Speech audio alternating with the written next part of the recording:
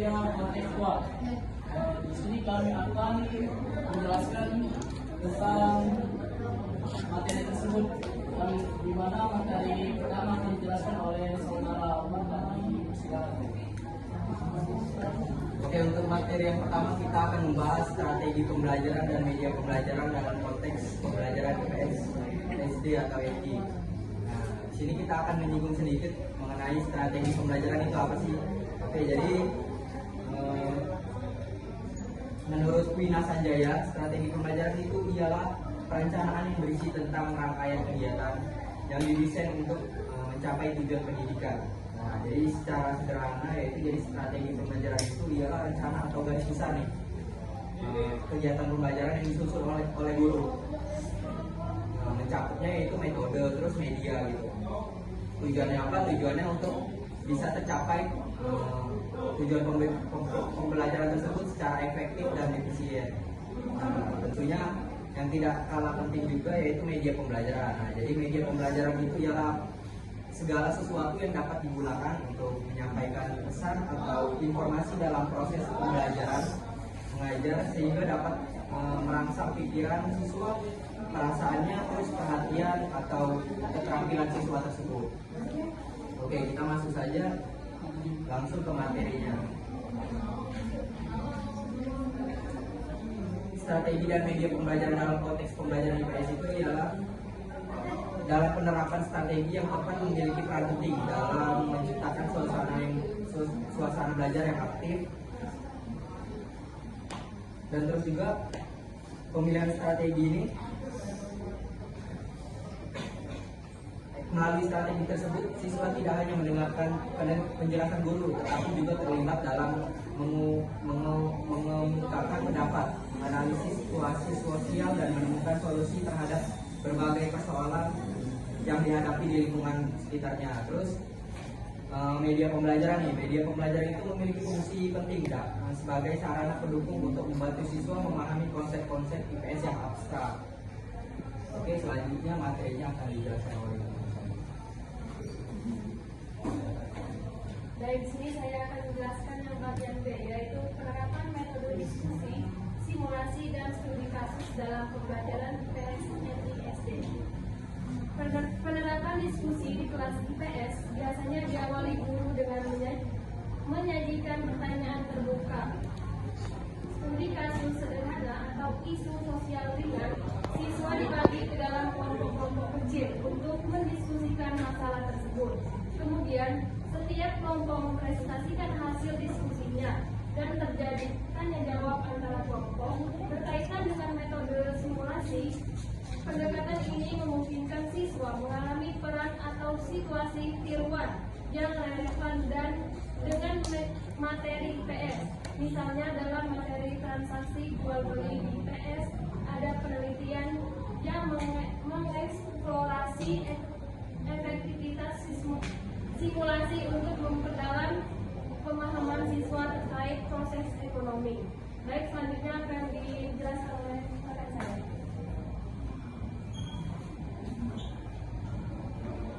Baik teman-teman, untuk selanjutnya itu ada metode studi kasus, juga sering diintegrasikan ke dalam pembelajaran IPS di MI atau SD sebagai strategi yang menghubungkan teori dengan realitas sosial siswa.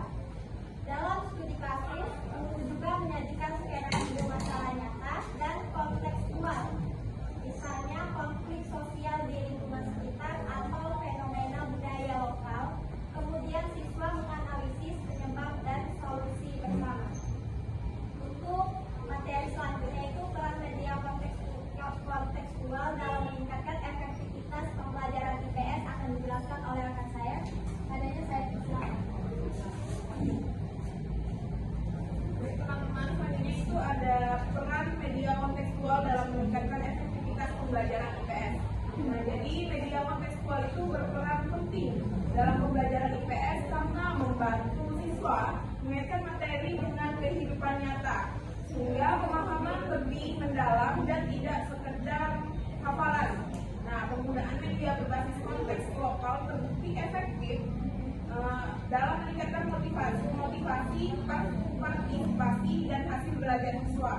Nah, jika dipilih sesuai karakter siswa dan tujuan pembelajaran, media kontekstual dapat menjembatani teori IPS dengan realitas sosial dan membuat proses belajar lebih interaktif dan bermakna. Selanjutnya akan dijelaskan oleh rekan saya. Oke, baik. Selanjutnya itu saya akan menjelaskan mengenai kewenangan dan kekurangan dari masing-masing metode dan media tersebut. Yang pertama itu ada metode diskusi. Nah, di metode diskusi ini kelebihannya itu siswa itu bisa mampu melatih berpikir kritis siswa, seperti tidak hanya bisa mengungkapkan pendapat, dan kekurangannya yaitu siswa itu topik pembahasan itu kemungkinan siswa itu agak sulit memahami kalau siswa tersebut kurang menguasai materi tersebut. Selanjutnya itu metode simulasi. Kelebihannya yaitu membantu siswa memahami peran sosial dan nilai-nilai demokrasi. Kekurangannya yaitu persiapan, butuh persiapan yang cukup lama, karena jika metode ini dilakukan kemungkinan besar siswa tersebut akan kebanyakan bermainnya. Selanjutnya itu metode studi kasus. Kelebihannya itu dengan metode ini siswa itu diajar berpikir kritis, menelaah data dan mengaitkan dengan teori yang telah dipelajari. Dan kekurangannya itu siswa itu akan kesulitan dalam menemukan kasus yang relevan di kehidupan siswa, serta keterbatasan waktu untuk melakukan analisis mendalam di tempat sekolah dasar. Yang terakhir yaitu ada media kontekstual, yang dimana media kontekstual ini mempunyai kelebihan yaitu siswa itu akan meningkatkan keterlibatan siswa dalam pembelajaran dan melatih kemampuannya untuk menciptakan suasana belajar yang menarik dan menyenangkan. Namun media ini memerlukan kesiapan sarana pendukung dan waktu yang cukup pembuatan maupun pelaksananya agar hasilnya optimal. Mungkin itu saja dari penjelasan dari kami. Selanjutnya itu kami buka sesi tanya jawab, yang dimana sesi pertama ini akan kami buka untuk 3 penanya. Kepada yang ingin bertanya kami silakan. Baik, terima kasih Saudara Zikal. Izin bertanya. Perkenalkan, nama saya Rintan Karmalasari, ujung NIM 135. Pertanyaan saya adalah, di dalam makalah kalian menyebutkan bahwa strategi dan media harus disesuaikan dengan karakter siswa. Nah, pertanyaan saya, bagaimana jika karakter dalam suatu kelas sangat beragam? Apakah metode campuran benar-benar efektif atau justru membingungkan guru? Baik, itu saja. Baik, terima kasih untuk saudara Ivan. Selanjutnya itu kami kepada yang lain, kepada rektor, kami persilakan. Baik, perkenalkan, nama saya Febri Ponsaria dengan NIM 153. Pertanyaannya, menurut kelompok kalian, bagaimana media kontekstual bisa membantu siswa memahami hubungan antara teori IPS dan kehidupan nyata? Dan media kontekstual apa yang paling cocok digunakan dalam pembelajaran IPS di sekolah dengan sumber daya terbatas? Terima kasih. Terima kasih saudara Ivan. Selanjutnya yang ingin bertanya kepada yang mana, silakan. Oke, baik, terima kasih Saudara Fikal. Perkenalkan, nama saya Nirmala Putri Clara. Di sini saya akan dengan ujung NIM 158. Di sini saya akan bertanya, tadi kan sudah dijelaskan bahwa strategi dan media pembelajaran seperti diskusi, simulasi, dan studi kasus itu mampu meningkatkan keaktifan dan pemahaman siswa dalam pembelajaran IPS.